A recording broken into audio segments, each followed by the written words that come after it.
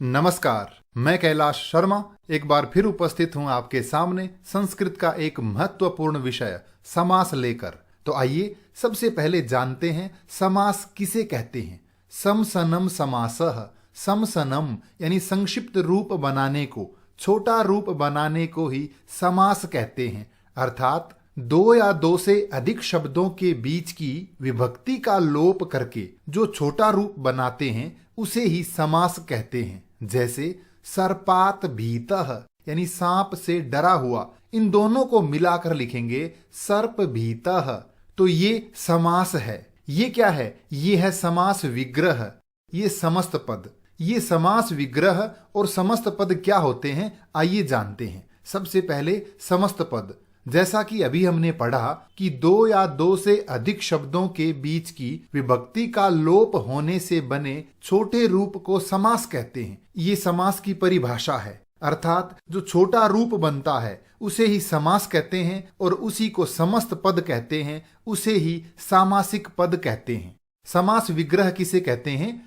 समस्त पद यानी जो समास होकर बना हुआ शब्द है उसे दोबारा अलग अलग करके विभक्ति सहित लिखने को समास विग्रह कहते हैं। आइए एक उदाहरण देखते हैं। हरित्रातः, ये समस्त पद है, इसको अलग अलग करके लिखेंगे तो क्या कहेंगे? समास विग्रह। तो इसका समास विग्रह क्या होगा? हरिणा त्रातः, हरि के द्वारा, विष्णु के द्वारा रक्षित यानी रक्षा किया गया। हरित्रातः ये समस्त पद है, तो इसमें दो शब्द हैं, एक हरि और एक त्रातः। तो जो पहला शब्द है हरि, इसे प्रथम पद, पहला पद या पूर्व पद कहते हैं, और दूसरा जो है शब्द त्रातः, ये दूसरा पद या उत्तर पद कहलाता है। ध्यान रहे, जब मैं कहूं कि इसमें पहला पद प्रधान होता है, दूसरा पद प्रधान होता है, तो आपको ध्यान रखना है ये पहला पद, इसे ही पूर्व पद कहते हैं, और जो दूसरा पद है उसे उत्तर पद कहते हैं। आइए आगे बढ़ते हैं। समास के चार भेद होते हैं: अव्ययी भाव, तत्पुरुष, द्वंद्व और बहुब्रीहि। तत्पुरुष समास के दो भेद और होते हैं, कर्मधारय और द्विगु। इस प्रकार समास के कुल 6 भेद होते हैं। सबसे पहले पढ़ते हैं अव्ययी भाव समास। अव्ययी भाव समास में पहला पद यानी पहला शब्द जो होता है उसका अर्थ प्रधान होता है यानी मुख्य होता है। पहला पद क्या होगा? अव्यय होगा। समास होने पर दोनों पदों से मिलकर बना शब्द यानी दोनों शब्द जब मिल जाते हैं तो मिला हुआ जो शब्द है वो भी अव्यय बन जाता है। और एक ही शब्द की आवृत्ति, आवृत्ति कहते हैं बार बार आना, अगर एक शब्द बार बार आए तो भी वहां पर अव्ययी भाव समास होता है। आइए अव्ययी भाव समास के उदाहरण देखते हैं। अव्ययी भाव समास में जो पहला शब्द है वो अव्यय होता है, तो वो पहला शब्द कौन कौन सा हो सकता है? पहला है अनु। अनु शब्द यदि है पहला तो उसका एक अर्थ तो होता है पश्चात यानी पीछे। तो इसका विग्रह कैसे करें? आइए, जैसे अनुरामम, रामम यानी राम के, अनु यानी पश्चात, पश्चात यानी पीछे, तो इसका विग्रह करेंगे रामस्य पश्चात। यानी जो दूसरा शब्द है इसमें षष्ठी विभक्ति बनानी है, तो राम का क्या बनेगा? रामस्य। और अनु का अर्थ क्या है? पश्चात, तो विग्रह बनेगा रामस्य पश्चात। अनु विष्णु, तो विष्णु में षष्ठी, विष्णु पश्चात। अनु गिरम, गिरी यानी पर्वत के पीछे, तो गिरे पश्चात। अनु गवम, गाय के पीछे, गोह पश्चात। अनुरथम, रथ के पीछे, रथस्य पश्चात। अनु शब्द का दूसरा अर्थ होता है योग्य। इसे कैसे पहचाने? आइए उदाहरण देखते हैं। जैसे अनुरूपम, अब इसे हम रूप के पीछे ऐसा नहीं लिख सकते, तो क्या कहेंगे? रूप के योग्य, क्योंकि यहां देखिए रथ के पीछे हो सकता है, विष्णु के पीछे, पर्वत के पीछे, ये तो सही है यहाँ जो ऊपर दिए हैं, लेकिन ये जो उदाहरण है रूप के पीछे नहीं बनेगा, रूप के योग्य। तो जो अनु शब्द है इसका यहाँ क्या अर्थ है? योग्यम, तो रूपस्य योग्यम। दूसरा है अनुगुणम, गुण के योग्य, गुणस्य योग्यम। अगला उपसर्ग है उप, जिसका अर्थ होता है समीप यानी पास। जैसे उपगंगम, तो गंगम यानी गंगा और उप यानी समीप, पास, तो गंगा के पास, तो गंगा शब्द में षष्ठी विभक्ति करेंगे गंगायाः, और उप का अर्थ है समीप, तो विग्रह बनेगा गंगायाः समीपम। उपनदम, नदी के पास, तो बनेगा नद्याः समीपम। उपनगरम, नगर के पास, तो विग्रह होगा नगरस्य समीपम। उपकृष्णम, कृष्णस्य समीपम, कृष्ण के समीप। उपगु यानी गोह समीपम, गाय के पास। उपग्रामम, ग्रामस्य समीपम, गांव के पास। अगला उपसर्ग है निर, जिसका अर्थ होता है अभाव यानी कमी, रहित।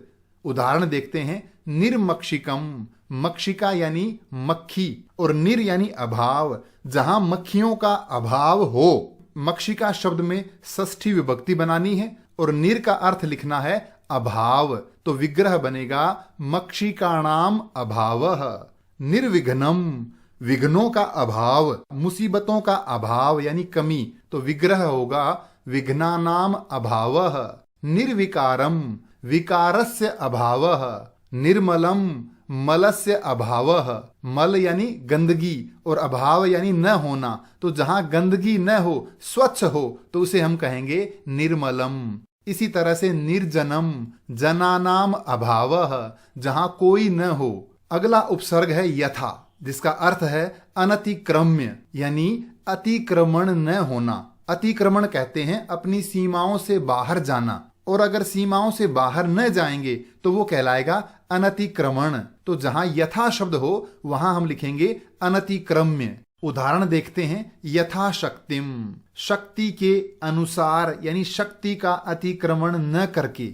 यहां यथा का अर्थ लिखेंगे अनतिक्रम्य बस, और शक्ति में अपने आप यहां द्वितीया है, तो बनेगा शक्तिम अनतिक्रम्य, शक्ति का अतिक्रमण न करके यानी शक्ति के अनुसार। यथा बलम, तो बलम अनतिक्रम्य। अगला उपसर्ग है प्रति, जिसका अर्थ है वीप्सा यानी आवृत्ति। उदाहरण देखते हैं, प्रतिगृहम, तो प्रति उपसर्ग के योग में द्वितीय विभक्ति होती है। विग्रह कैसे करें? जो दूसरा शब्द है इसमें द्वितीय विभक्ति है, इसकी आवृत्ति होगी, बनेगा गृहम गृहम प्रति। प्रतिदिनम, तो दिनम दिनम प्रति। प्रत्येकम, एकम एकम प्रति। प्रत्यर्थम, अर्थम अर्थम प्रति। अगला उपसर्ग है स, यानी सह अर्थात साथ यानी सहित अर्थ में। उदाहरण देखिए, समलम, तो यहां सह शब्द के साथ में तृतीया विभक्ति होती है, तो मल शब्द जो है इसमें तृतीया विभक्ति करेंगे, मलेन सहितम।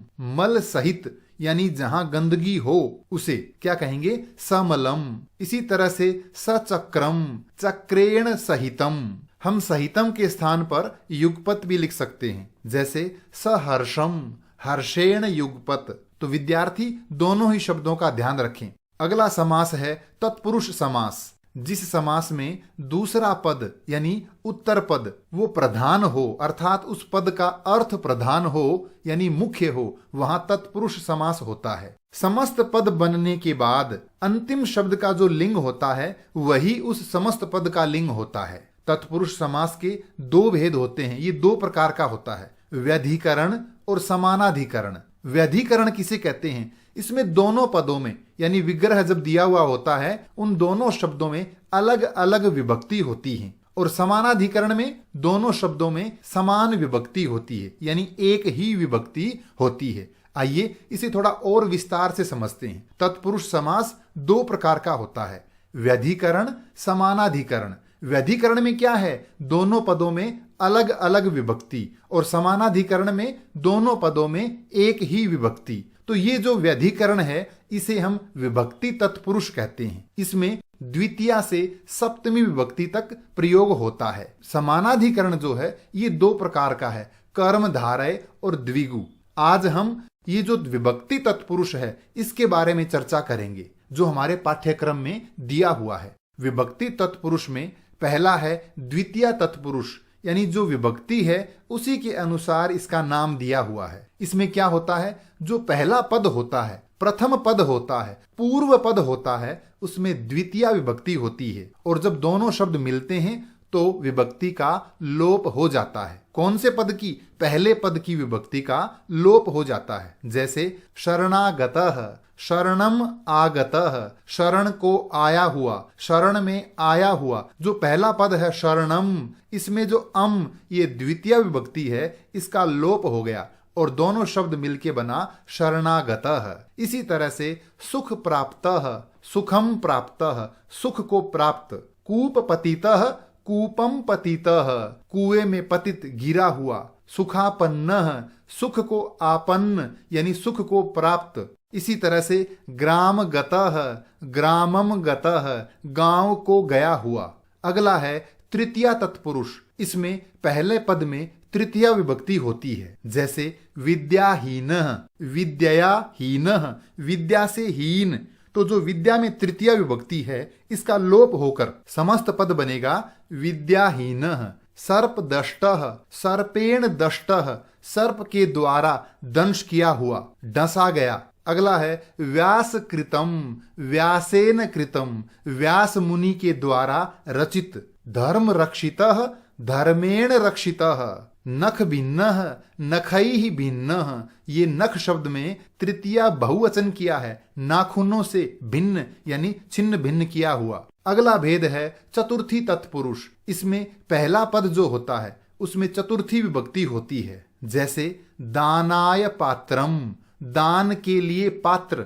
दानाय, दान में जो विभक्ति है उसका लोप होगा, केवल बचेगा दान और पात्रम जुड़ने से बनेगा दान पात्रम।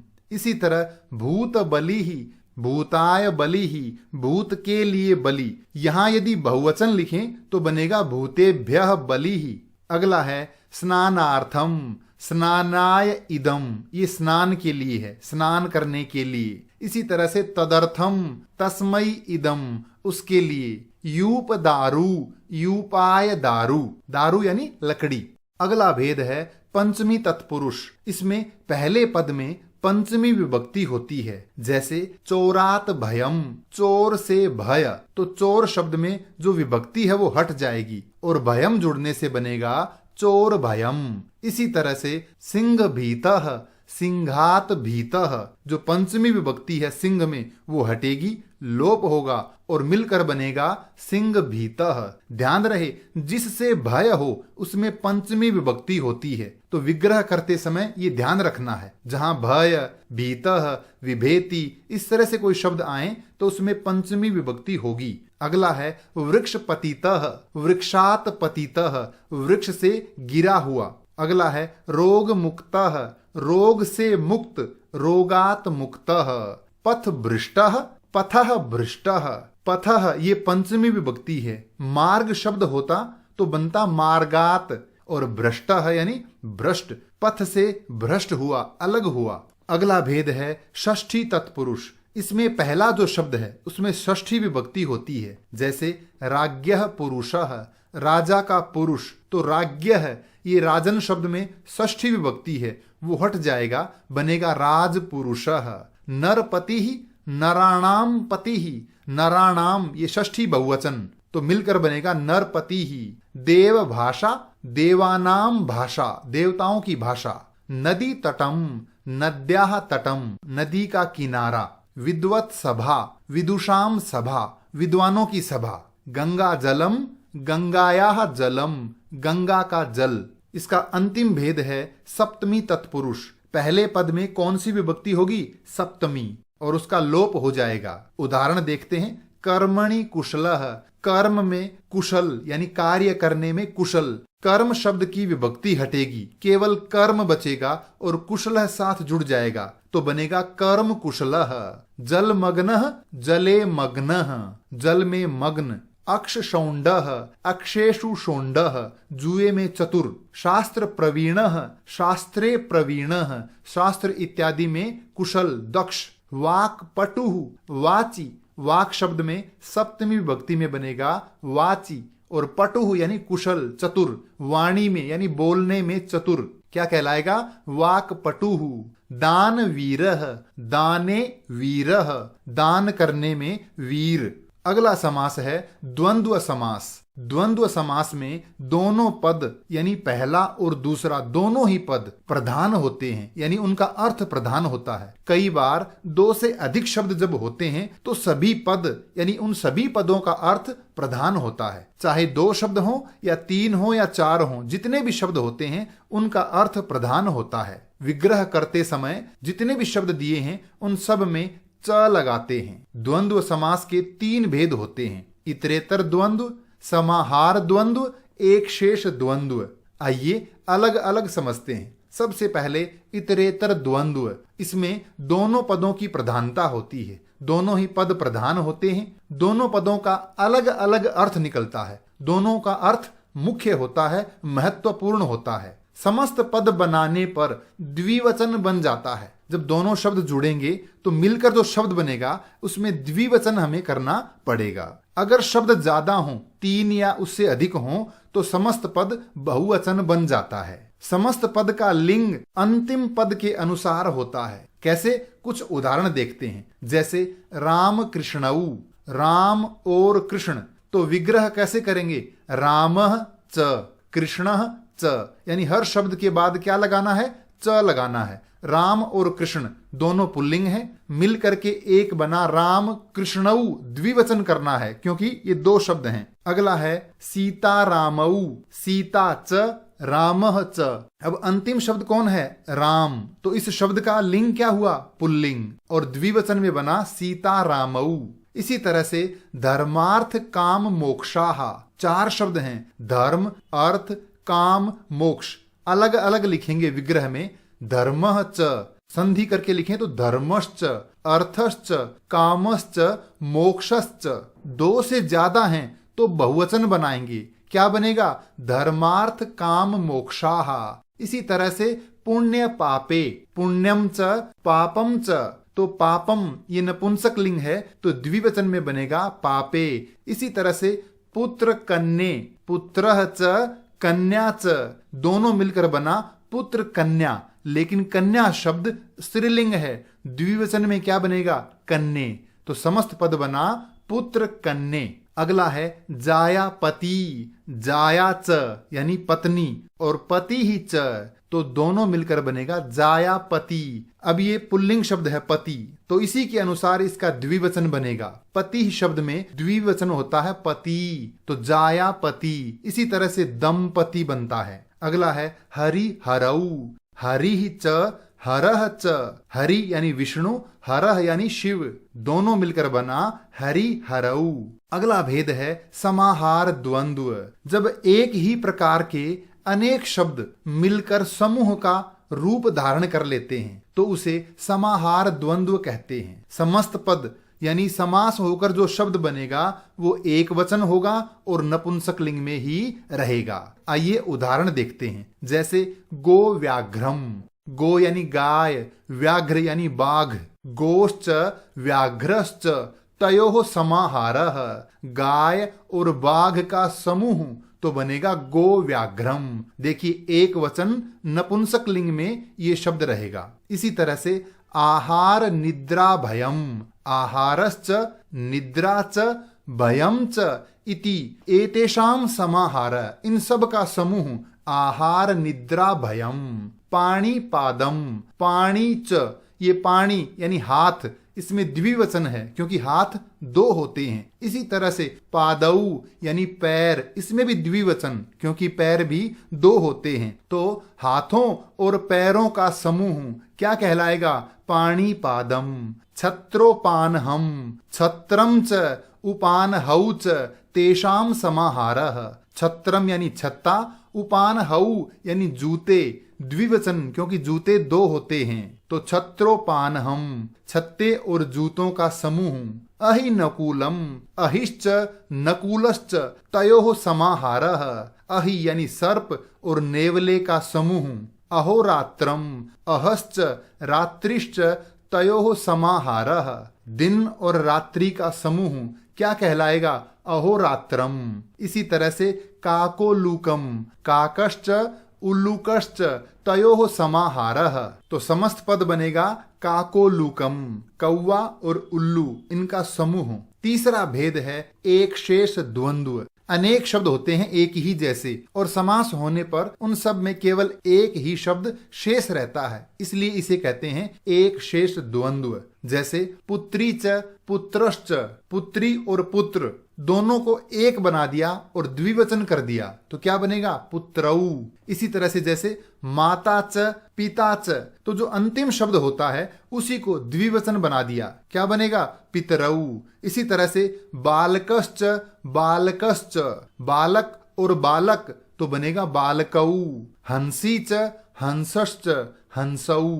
तो ये था द्वंद्व समास। अगला है बहुब्रीहि समास। बहुब्रीहि समास में दोनों ही पद प्रधान न होकर, यानी जो शब्द दिए हैं उन दोनों का अर्थ प्रधान नहीं होता, कोई अन्य पद प्रधान होता है। पद यानी उसका अर्थ प्रधान होता है, अर्थात समस्त पद में उसमें जितने भी शब्द होते हैं उन सभी का अर्थ वहां प्रधान नहीं होता, वो अपने मूल अर्थ को खो देते हैं। तो क्या होता है? कोई अन्य अर्थ वहां प्रकट होता है, यानी कोई तीसरा ही अर्थ वहां निकलता है। विग्रह करते समय क्या लिखेंगे? यस्य सह, पुल्लिंग है तो, और स्त्रीलिंग है तो यस्याह सा। आइए उदाहरण देखते हैं। जैसे वीणा पाणी ही, वीणा पाणऊ यस्याह सा। वीणा है हाथ में जिसके, कौन? सरस्वती। अब इसमें दो शब्द हैं, पहला शब्द है वीणा और दूसरा है पाणी यानी हाथ। तो दोनों मिलाकर जब हम कहेंगे वीणा पाणी, तो वहां न तो वीणा अर्थ निकलेगा न पाणी यानी हाथ अर्थ निकलेगा।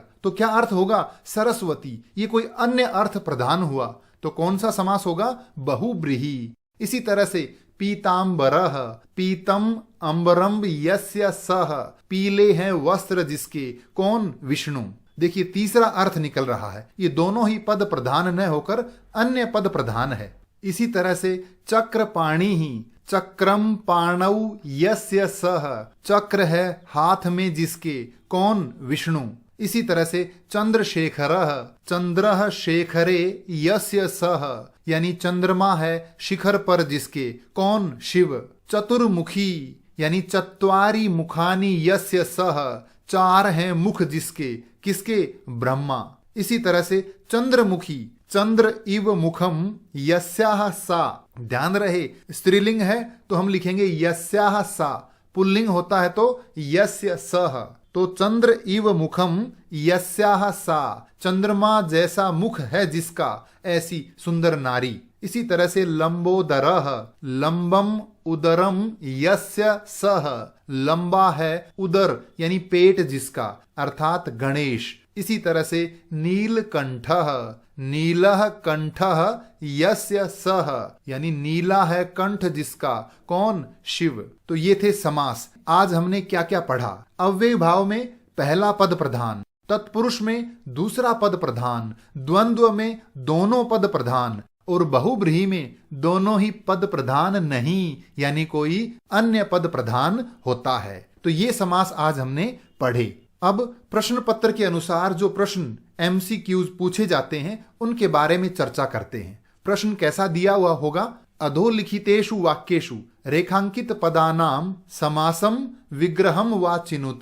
दिए गए वाक्य में कोई एक शब्द रेखांकित किया हुआ होगा, अंडरलाइन किया हुआ होगा। अगर वो शब्द समस्त पद है तो उसका विग्रह लिखना है, और विग्रह दिया हुआ है तो उसका समास लिखना है। तो इसमें जो समलम शब्द है इसका हमें विग्रह लिखना है। विकल्प है मलस्य योग्यम। ध्यान रहे जहां पर स दिया हुआ हो, यानी सह, साथ, सहित अर्थ में, तो दूसरा जो शब्द होता है उसमें तृतीया विभक्ति होनी चाहिए, और पहला शब्द है स, इसका अर्थ निकलेगा सहित, तो तृतीया विभक्ति में बनेगा मलेन, और स का मतलब सहित, तो इसका सही विग्रह होगा मलेन सहितम।